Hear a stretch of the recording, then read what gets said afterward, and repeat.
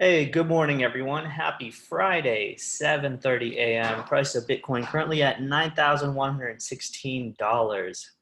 All right, so let's get to the analysis, folks. Again, I pull up Excel charts and I explain to my community how I use Excel charts in complement with price action. So if you are someone who wants to learn how to use Excel charts, come join the Cryptosomniac community where you can see exactly how we utilize Excel charts and use them for our trading purposes. Okay, you can go to cryptosomniac.com, sign up for the Advantage membership, and come trade with us. Okay.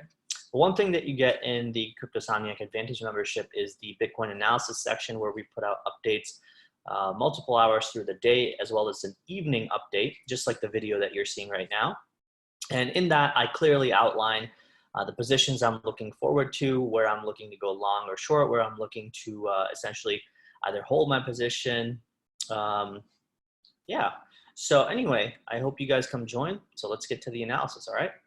All right, so first things first, I did want to open with this. All right, so if we look at the current markets right now, S&P 500, NASDAQ, Dow, and across the world, most markets are, global markets actually, are taking a slump, okay? And the thing is, Bitcoin is not going to escape that, all right?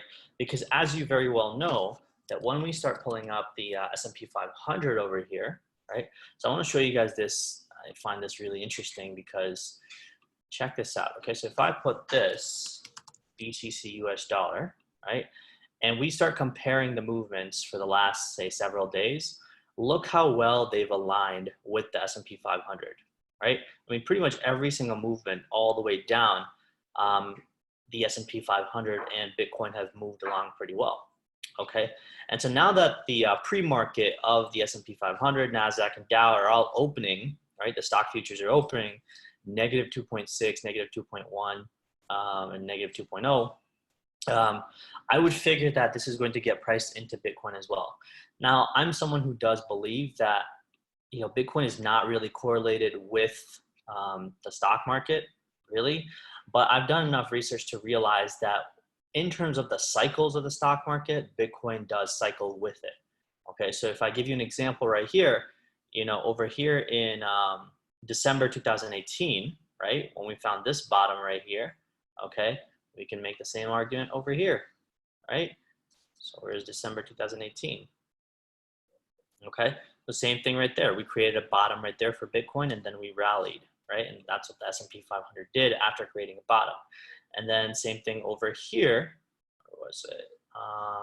Right around August or May, or this time over here, June, July, when we hit a top over here in the S&P 500, right? Bitcoin had hit its own top right here around June. So Bitcoin essentially topped off maybe a week or two before the S&P 500 did.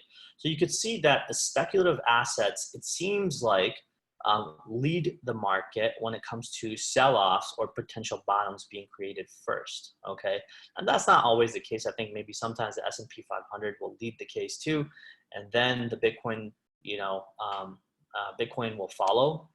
Like in this particular case, I actually find it really interesting that S&P 500 started selling off 20th February, right there, and then sold off all the way down to 28th February, okay? Over here, Bitcoin started selling off basically from 15th February, so 5 days before the S&P 500 started selling off.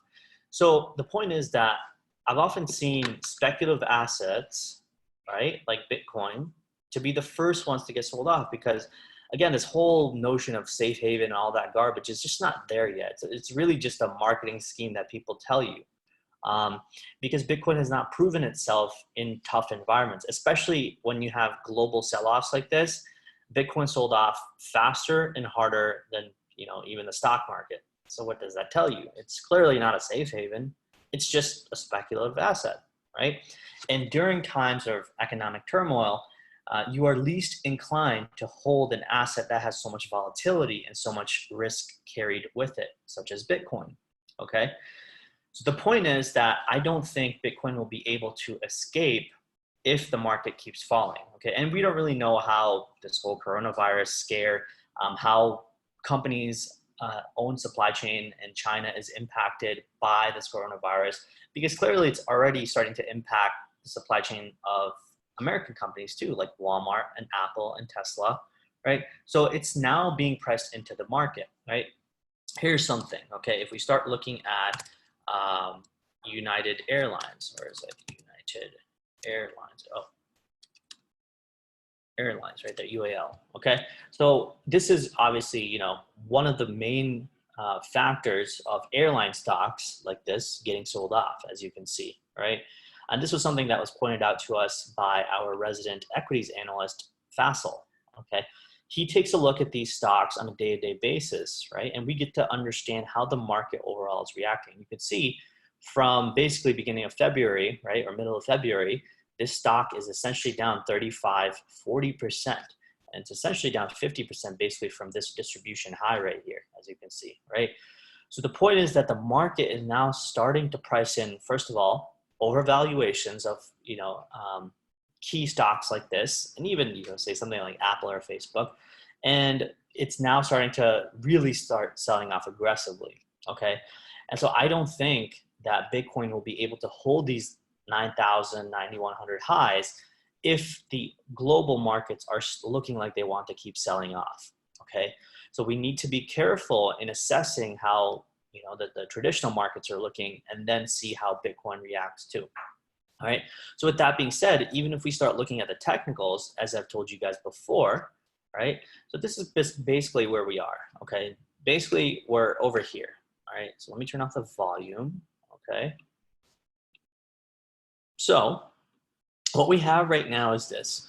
All right, so remember I told you guys that this was the larger trading range that we had been in right here, okay, before we sold off, okay? So what we did right now is we entered that same trading range right there. Now this looks like a double top, but to confirm that double top, we need to take out this low right here. That's right around 9,000 flat, essentially, okay? So once that low gets taken out, the next key support area is this area down here, right around 89.25 or so, okay? So I would hope that price bounces there. Doesn't mean it has to, but I would hope that it does. All right, and if we start looking at fib extensions, or I'm sorry, fib retracements and extensions, we can look at it like something like this, okay? So if we're looking at this bottom to this top, we can say that, okay, maybe price could come back to the 382 and then bounce off, which is perfectly aligned with this previous consolidation. And if we're taking just this, the beginning of wave 2 right there, so remember wave 2 as in, you know, if this was a wave 1, 2, 3 right there, right? If this is the middle of the 3 right here where we are right now, I don't really know where the, you know, 4 and 5 are going to go, but if we were to assume that this is the 3, there's an internal count of the 3-way where it's like 1, 2, 3, 4, and potentially 5 right there, okay? So in this count right here, we could do a fib retracement from this bottom to this top, and we could say, hey, maybe we could bounce somewhere in this 382 fib around 89, 85, or between, you know, that 50 fib around 89, 23, all right? So a couple different ways to look at, you know, where price could potentially bounce, okay? And you can see right now, price really wants to try to stay inside this trading range that we had. I would say if we start closing under this area right here, the chances are higher that we could probably go to this green zone right here, okay, around the 89.30 all the way to about 89.75, okay? Another thing I wanted to point out, again, you know, oil markets are some of the leading indicators in my opinion, because, you know, they're some of the biggest economies, essentially sub-economies, right? And so when you see that in 2008, 2009, oil basically started plummeting, as you can see, what was it?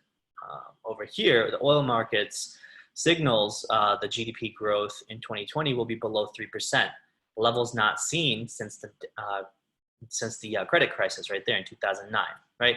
So basically what we're really starting to see is that there are multiple signs that are starting to show you that there are structural issues maybe in the equity markets, maybe in, you know, economies across the world. And I don't think that Bitcoin will be able to escape that, right? If it's a larger sell-off, because remember that when people start becoming scared and fearful of global markets, they don't start putting their money into speculative assets. Okay, they start putting their money into things like 10-year treasury notes, like that, right? As you can see, 10-year treasury notes are exploding because people are more and more fearful of what could happen, in the longer run of the economy, right? And so they're saying that, hey, I'm going to just park my money into this asset because 10-year treasury notes are by far the safest assets. Same thing with gold, right?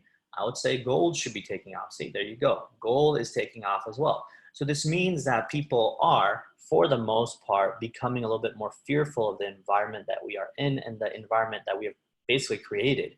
Overvaluations in the stock market, now coronavirus, hitting all supply chains across the board, governments becoming fearful, people becoming fearful. So do be careful in thinking that Bitcoin is going to survive and thrive in this kind of environment. I mean, it will survive. Just doesn't mean that it has to stay in the 9,000 region. Okay. I also stated something like this the other day to my Advantage members. Right. So this right here could be a distribution top above previous range high. Okay. And I've seen this often because when you start looking at ranges and when you start looking at markets over and over again, folks, you realize certain ways of, the professionals and the algorithms basically create fear and engineer liquidity in markets, right? And so one thing that I've often seen is that, over here, right, you would say, any person who understands technicals would say that, hey, wait a second, we're above this resistance, and we broke through this resistance right here, right? So we should just keep climbing. Right? I mean, that would be the obvious answer, okay? But here's the thing, right? Above this area right here, this is where the most amount of liquidity sits. Reason being, because people are thinking that when this was happening right here, right? Hey, it's not going to break up, okay? So they're just going to short here with the stop above, maybe here or here, or they're going to long the breakout right here. So you have a lot of people essentially in this area, whether people are shorting or longing, right? So that creates a lot of liquidity for bigger professionals to get in and out of their positions or to load up on their position because more people are interested in this area, right? More people were not interested in this area because they were waiting for, hey, is this going to hit resistance and then break down, or is this going to break through, right? So people were waiting for a move like this to happen. And so now that they don't have to wait and they've already seen this move happen, right? Everyone is trying to figure out, hey, should I long this right here or should I short it? More than likely, people are entering positions, okay? This is actually visible on XO charts as well, right? We're now up to $915 million in terms of open interest, okay? So there's a lot of positions out there that are still open, right? A lot of contracts that are still open, okay? And so far, if we turn off the, where is it here? T size, and we start turning on net long and net shorts, right? So you could see right now that the longs are starting to build, these shorts are starting to build, the longs are starting to get closed out here. The 10 million longs just got closed out and 6.4 million shorts got entered into the system, right? So this tells me that, hey, maybe there's some bigger players involved and this could be the potential top. And one of the ways I gauge that is if you start looking at T size, the dominant T size, right? I like to look at the contracts from 400K to 1 million and 1 million and above, okay? So you can see that 1 million and above and 400K to 1 million are heavily stacked right here in the sell side. So that tells me that, okay, maybe this could be the potential top, okay? Now that doesn't mean that by the time price comes back over here, say 9,000 or maybe 8,900s area, that this XO chart then flips, where it's the other side where the bigger players between 400K and 1 million and 1 million plus are then buying, right? And so then there's the small fish, like these less than 20K contracts, less than 20 to 50K contract. Those are the people who are heavily selling down here around 9,000 or 89.90. So being able to understand the market in terms of volume, in terms of dominant T size, net long, net shorts. These are the things that I teach in the community on a day-to-day basis, right? And you can see, folks, we're a very active community. This isn't like, some of the other crypto Twitter people that you see running paid groups where they post once a week and 2 trades every month or some garbage like that. We're very active, all right? Let me show you a quick scalp long that I just closed this morning. Right? So yesterday I got into a scalp long. Where was it? Right there. I got in around like 9,025 or something. And then I closed half my position at 9,075. And then this morning around 91.65. Okay. And then, now I'm just essentially waiting to see what the market is going to do. All right. Is it going to double top and start breaking down, or is it going to shoot up higher? Okay. But the point is that if you understand technicals, you will understand how to manage your risk, how to be able to get in and out of position, scale in and scale out, etc. Okay. So anyway, I hope this analysis was helpful to you. I do hope you come join. And with my crypto analysis, you could see Faisal, our equities analyst. He provides daily updates, even special updates of how the futures markets are looking, even post-market, pre-market analysis, midday analysis, closing updates, and then we obviously answer questions in here as well. So anyway, hope you guys come join. All right, take care, cheers, and keep your stops tight.